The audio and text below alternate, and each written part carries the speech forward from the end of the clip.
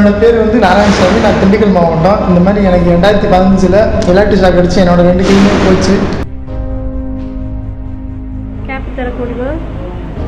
Gap திறக்க முடியுங்களா? திறங்க.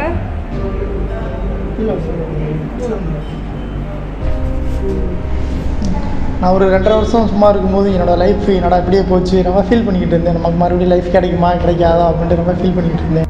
அதுக்கப்புறம் இந்த மாதிரி ஸ்டாண்டில் வந்து மாட்டு அறுவை சிகிச்சை கை வைக்கிறாங்க அப்படின்னு கேள்விப்பட்டேன்.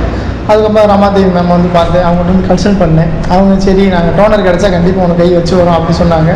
சரி வச்சுறேன்னு சொல்லிட்டு அதுக்கப்புறம் நான் ஊருக்கு போயிட்டேன். அதுக்கப்புறம் 2 மாதத்துக்கு அப்புறம் கால் பண்ணாங்க. இந்த மாதிரி டோனர் கிடச்சிச்சுப்பா நீ வாப்பா அப்படின்னாங்க. நான் 2 மாதம் சென்று வந்தேன். வந்ததுக்கப்புறம் எனக்கு February 7 வந்து ஆப்ரேஷன் பண்ணாங்க. கவர்மெண்ட்கிட்ட மனு கொடுத்துருந்தேன்.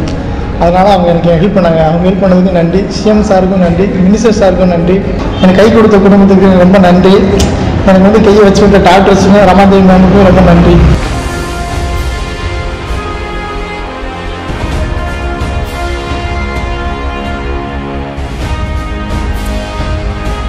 என்னால் இப்போ எல்லா வேலையும் பண்ண முடியும் எனக்கு நம்பிக்கை இருக்குது. முடிஞ்ச அளவுக்கு நான் எல்லா வேலையும் பார்க்குறேன். புதுசாக லைஃப் கிடைச்ச மாதிரி இருக்குது. ரொம்ப சந்தோஷமாக இருக்குது. நம்ம மறுபடியும் வாழ்வோன்னு ஒரு நம்பிக்கை வந்துச்சு. அப்புறம் ஏன்னா எல்லா வேலையும் என்னால் முடிஞ்ச அளவுக்கு இப்போ என்னால் எல்லா வேலையும் பார்த்துக்க முடியும். இதுக்கு முன்னாடி என்னால் எந்த வேலையும் பார்க்க முடியாது. ஏதாவது ஒரு வேலைன்னா கூட யாராவது கூப்பிட வேண்டியிருக்கும். இப்போ அப்படி கிடையாது. என்னால் முடிஞ்ச வேலையை நானே பண்ணிக்கிறேன்.